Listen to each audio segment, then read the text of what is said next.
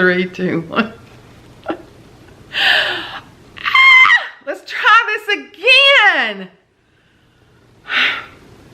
Yes, I've already videotaped this video once and had some issues on it, and I'm doing it over again. Nothing like losing your spontaneity. Hi guys, it's Suzanne Light. Here to talk today about something that I don't talk a lot about. I don't think. Why? I have so many new subscribers, and I want to say again, welcome to all of you. It is so great to have you. I've had close to, drum roll, I do a good drum roll, don't I? 800 new subscribers in the last month. A lot of you came over from Andrea Mills' channel, and I've already said hello to you, but then a lot of you just came. I just ate some peanuts while ago. Yeah. It's not professional around here, it's just me. But a lot of you just saw, you actually did not follow Andrea Mills, and you followed her, and then my video where I did about her came up as a recommendation. So it's just kind of like one of those things where we're meeting new people, and it's exciting to me. I will never be a, quote, big time YouTuber. I'm just a simple person living a simple life, enjoying retirement a lot. And you know, YouTube tells you, in order to really have a successful channel, that you have to talk about, you have to find your genre, and you have to follow that. You have to do makeup tutorials, you have to do decorating tutorials, family vlogs, traveling vlogs, but that you need to focus in on that. And I'm right the opposite. I'm just going to show you what I enjoy in life. I retired 5 years ago from a community college here in my hometown, and where my husband still works. He is the IT director for the college, and we have 5 campuses throughout the state. And I say we because we are kind of a family, and he is still there, and I still have a lot of friends and everything there. But this YouTube channel kind of started out as my retirement gig, and then just kind of morphed into something that I've made so many friends and so many relationships, and God has really shown me that it's a ministry for me to share my faith with. I realize from some of the comments that some of y'all have made coming over is that, you know, you may be very different from me in your beliefs or in your life or where you are at this point in your life, but that you felt a kindred spirit, or that you felt a light coming forth from me as a good person. And that, you know, those kind of comments, when people make them, are very uplifting, to think that something in you could radiate onto someone else. And I personally believe that is the light of Jesus Christ in my life, because the Bible says He is the truth, the way, and the life, and that no man comes to the Father except through Him. And we'll go more a little bit. Well, let me just tell you, I'm married to the greatest man alive. I'm sorry, ladies, if you've got a great one too, but mine is the best. We've been married we were married 21 years this past May. And John worked at the college where I did, and John is 6 years younger than me, so to me he was always the young guy down the hall. And so I knew he was a bachelor, and I actually tried to fix him up with a girl from my church one time when he was in between dating somebody. And I never dreamed that I would go through a divorce, but I did. I experienced infidelity in my marriage, and I tried to put our marriage back together, but due to ongoing circumstances in our life, we were divorced at about 20 and a half years. So I didn't really date that much. I met a few people, had dinner with a couple of people, but really John is the only person that I really dated. And we talked for months while he was actually dating a couple of other people. he said we had become such good friends, it would just ruin the friendship if we dated, blah, blah, blah. Here we are 21 years later.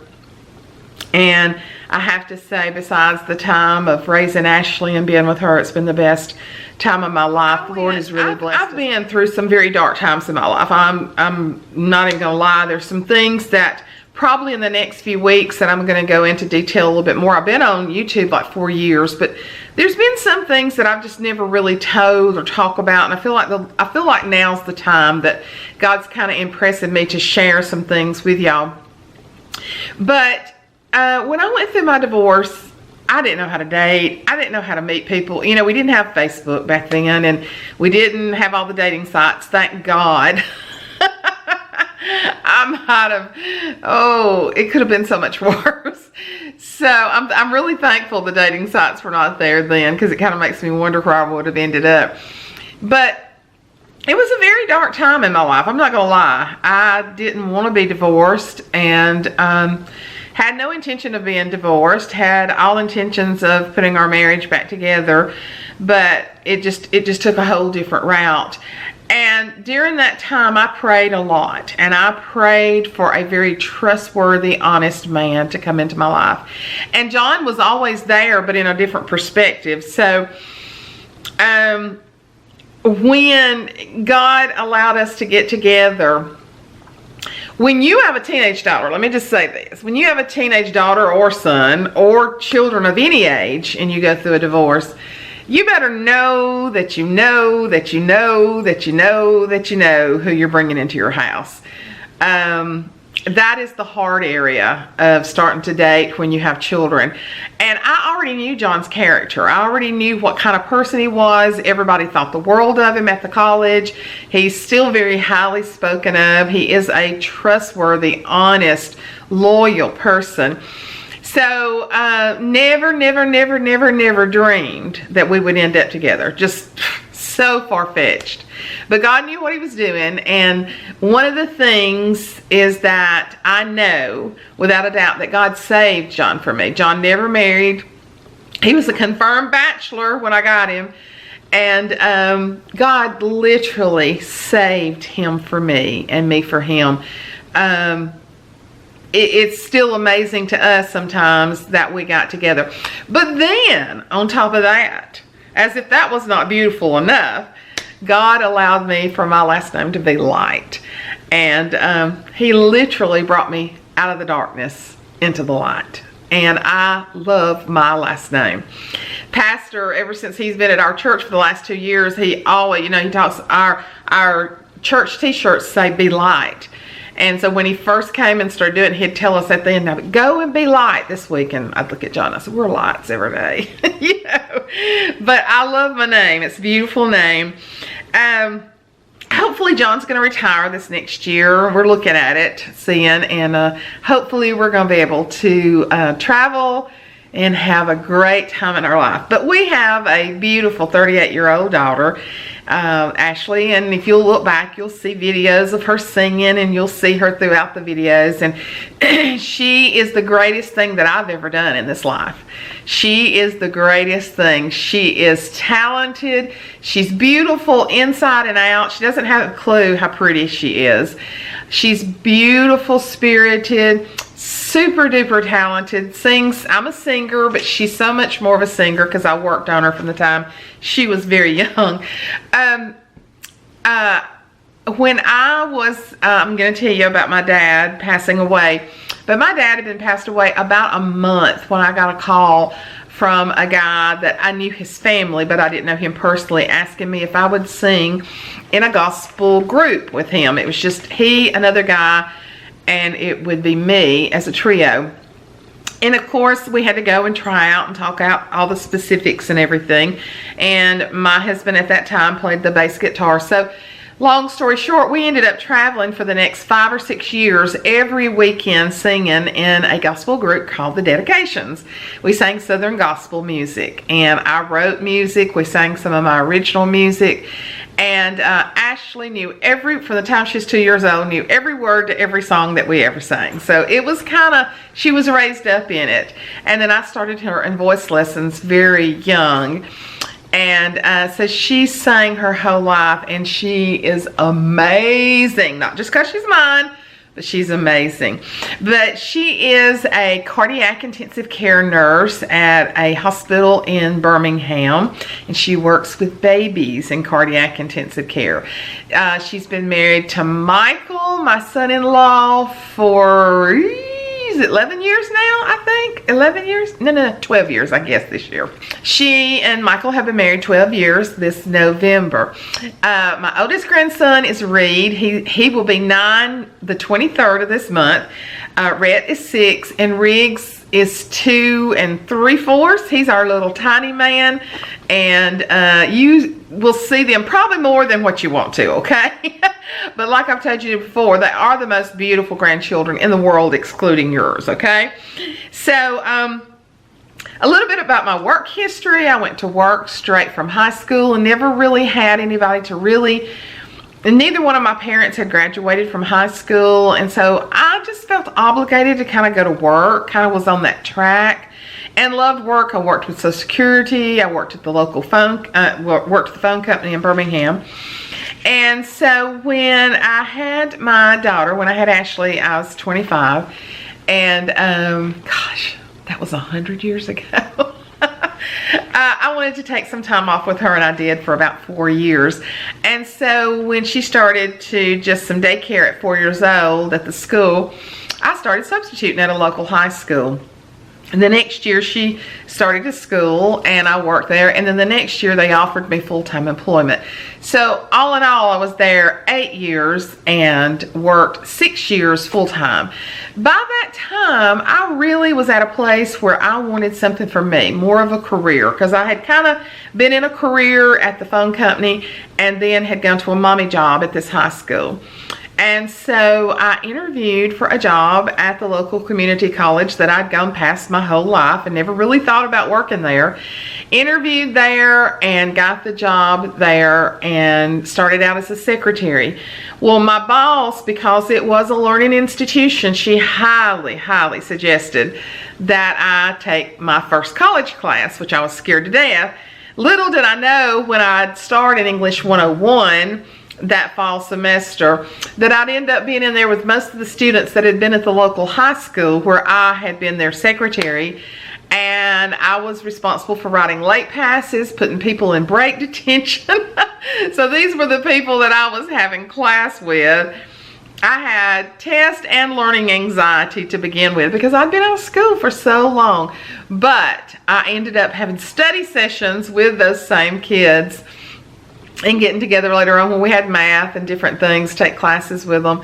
And so, like I said, I started out as a secretary there at the college, but through the next 22 years, I worked myself into an administrative position and actually had 3 job titles when I left. And when I left, when I retired 5 years ago, those 3 job titles that I had held for several years went to 3 different people. So I loved my time of working at the college, but I had been sick. I had been through some difficult times that I'll share with you a little bit later, and was ready to retire. Now, so I went and got my my associate's degree there at the community college in business administration. Went on through and got my bachelor's degree in business administration, and then finished with my master's degree in educational leadership. So 8 years I worked full-time and went to school and got my education. During that time is when I went through my divorce, and I'm so thankful that I had started that because it was like a driving force to keep doing something for me during that time. And I'm so thankful that I did. I worked my way up from secretary into a director's position, and went from a director's position to being 2 directors at one time, and then ultimately in an administrative position where I was director over all the federal grants in the college, also director over a federal grant called Educational Talent Search that I directed, and then coordinator of ADA college-wide. So I was a busy, busy lady. I've gone from busy being at work to a busy retired life.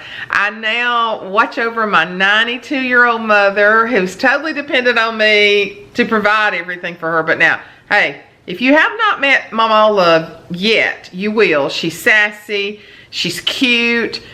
She says inappropriate things at inappropriate times, and I have to edit her. But y'all love her. Y'all love her. So, and then I take care of my boys, my grandsons, 1 to 2 days a week. And I have my YouTube channel, which is just a blessing to me. It started out as fun.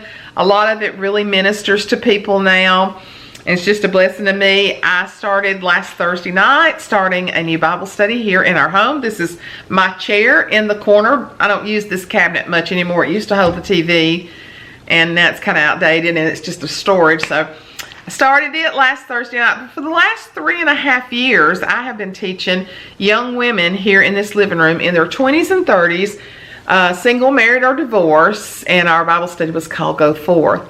But as the years developed, those same young women started being called into ministry in different areas in our church, and they started going forth. And that was kind of hard for me to take, because we would have 10 to 20 every Tuesday night here in this living room. Just, y'all have seen videos. A lot of you have sent stuff.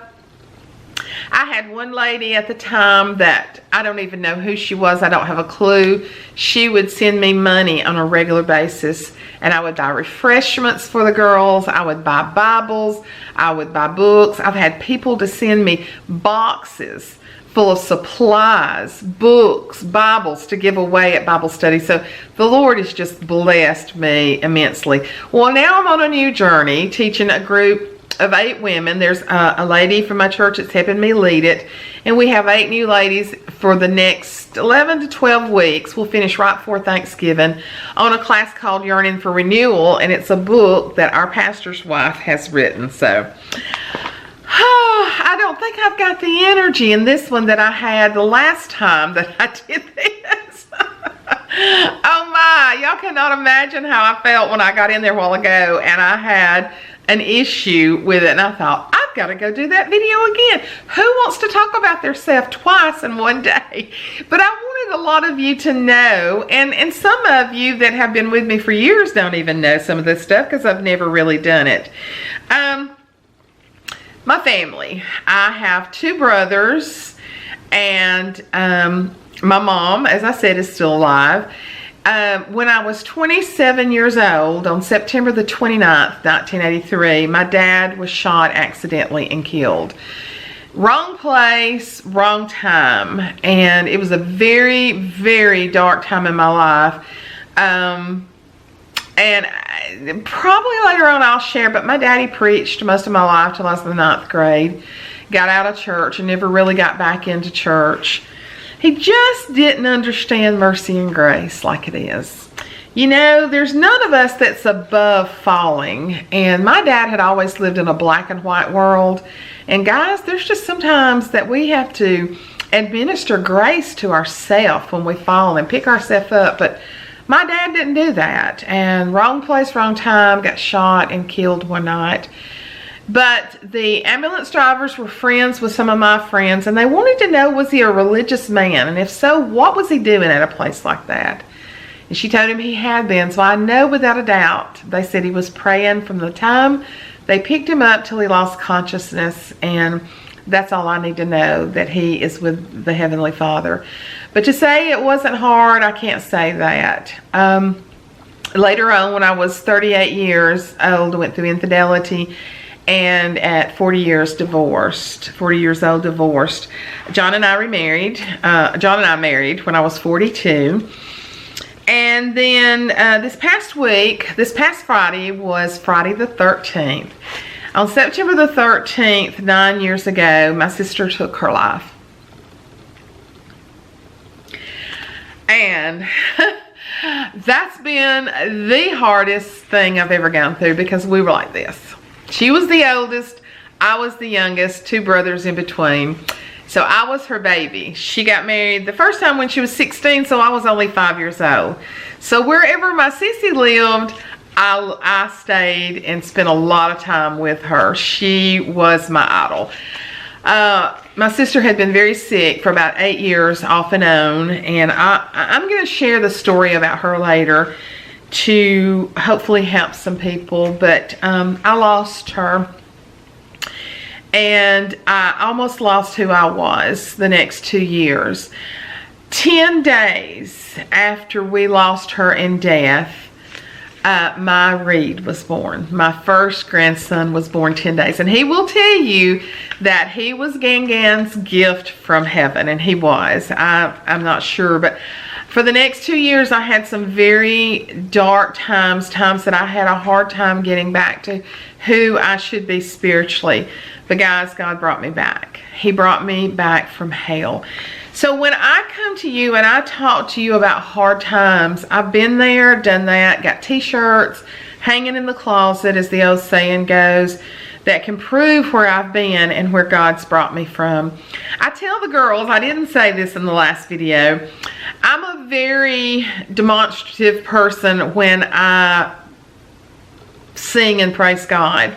I move, I raise my hands, I kind of dance. I don't know if I dance. Anyway, I move. You know that I'm worshiping when I'm worshiping. But as I told them, as the woman that came in to wash Jesus' feet with the very expensive oil that she had saved and bought, until you know the cost of the oil in my alabaster box, and that's a song that's just absolutely amazing, you don't understand where I've been and what I've been through and where God's brought me from. When I break out in song, as you will notice that I often do, as I break out into song, it's because I'm rejoicing because where I am now and where He's brought me from. Guys, I've been through some hard times. I'm not even going to pretend like I haven't, and I have, and I'm only here through the resurrecting power of Christ. I am passionate about my relationship with Christ. You're going to see that. You may get sick of it. You may decide she's not what I want. I appreciate the differences in people, and I appreciate the things that y'all have already said to me. I'm not like you. I don't worship like you. Agnostic, atheist, just, whole different remnant. I look different. I'm tattooed. Hey, if you all looked like me and acted like me, this life would be boring. But a lot of you told me that you saw a light in me that you saw in Andrea Mills. And I have to tell you, there's no doubt in my mind that that light that comes from me is not because of my last name, but it's because of the light of Jesus Christ. One person told me, said, I don't worship like you. I'm not like you at all, but I like you because I can see a light in you. I can see a good person in you. And that's what I'm saying. We're different, but we have things in common, and I appreciate that. I appreciate your honesty with me. I am not perfect. I love people. I invest in people. Sometimes I invest too much, wear myself out. But I believe in the goodness of people. We see a lot of bad, and I'm just honest. You will never hear me get on here and lie. I hate a lie worse than anything else in this world. I walk in truth. So I'm passionate about my Christ, even if you're not. But I pray that if you're not, or if you're confused, that you'll see something in me that you want to be a part of. I'm passionate about my family. Oh my goodness, you're going to see how stupid I am about my grandbabies and my mama and my daughter and my husband and my son-in-law. They mean everything to me. I'm passionate about my church. I've been there 39 years, in good times and bad, in hell and high water. Not everything that's happened to me in that church has been good, but it didn't have anything to do with God. Sometimes we get mad about something somebody's done to us in the church when God didn't have a thing to do with it. I stayed through my divorce because I had a 13-year-old that was looking at me, that was so excited about being in her new youth choir that she'd waited her whole life to be in, and I didn't leave. And I'm so thankful that I didn't leave. I'm so thankful that God allowed me to stay and to work through it. I'm passionate about core values in life. I'm passionate about commitment, about truthfulness, honesty, loyalty, and compassion. I love to decorate. You're gonna see my house is semi-decorated. Well, I guess according to some people it's very decorated for fall. But I love to decorate. You'll see my fall home tour here in about a week. And then my vast home tour is my Christmas home tour. Because we're pretty much the Griswolds. Pretty much, you can just say John and Suzanne Griswold Light. Except we don't have the blow-ups out on the lawn. We love Christmas, and the man loves it as much as I do. So, but I love to decorate. I love Ray Dunn. You're gonna see that. But I'm not one of those women who will get to not Big Lots, Home Goods at 9 in the morning and fight over it. So I have bought several pieces from Macari, and so I buy Ray Dunn from those women who go to Home Goods and wait for the doors to open to fight. Does that make sense? I'm just not a fighter. I'm just not going to be in an awkward, uncomfortable situation. So thank you to the women who go fight, and then I just buy it from you from Macari. But no, John and I love to search it, and we've probably been in every Home Goods in the southern states, and it's just not in the south. And I envy you women, Erin Stubbert and Leanne Live and all that, Gina Pearson that lives on the West Coast and can just go out there and there's shelves and shelves and shelves of Ray Dunn. And but I love Ray Dunn, and so you'll be seeing several pieces of Ray Dunn in my fall home tour. So okay, in my new subscribers, I've had several that identified themselves in the Birmingham area. I am from outside of Birmingham, Alabama. I know that y'all are shocked that I'm a Southern because of the way I talk with no accent at all. And so people say, I love your accent. I said, well, I don't have an accent here. Where I live, nobody thinks I have an accent. But several of my new subscribers have been from the Birmingham, Gardendale, Fultondale, Hoover, Trussville area. So if you are from the suburbs, the area of Birmingham, my email address is listed below. Write me an email. Let me know who you are, what part around the Birmingham area you are, because I want to get a count of y'all. I need an email from you, and what I'd love to do later on is to do a meetup in the Birmingham area. We can go and meet up at a restaurant and just have a great time. Maybe do that around the holidays or before the holidays preferably. So if you're from the Birmingham surrounding area, send me an email and I'll make a list, and then we'll try to do a meetup real soon. Does that sound fun? Sounds like fun to me. I love you guys. I am excited that y'all are here. I just wanted to do this. This is probably so much more than what you wanted to know about me. I don't have a hard time talking. I have a hard time shutting up. So I'm gonna shut up right now because this video is too long, and this is the second time I've done it today. So I'm a little sick of me, if you know what I mean. The Bible says in John 10:10, he comes to steal, kill, and destroy, but I've come that you have life and that you have it more abundantly. And today, for every one of you that listens all the way to the end of this long video, I pray abundant life over you in the name of Jesus. Love you guys. Bye-bye. Second time. Oh, I can't believe I've recorded this twice. I need a Diet Pepsi or a Diet Sun King.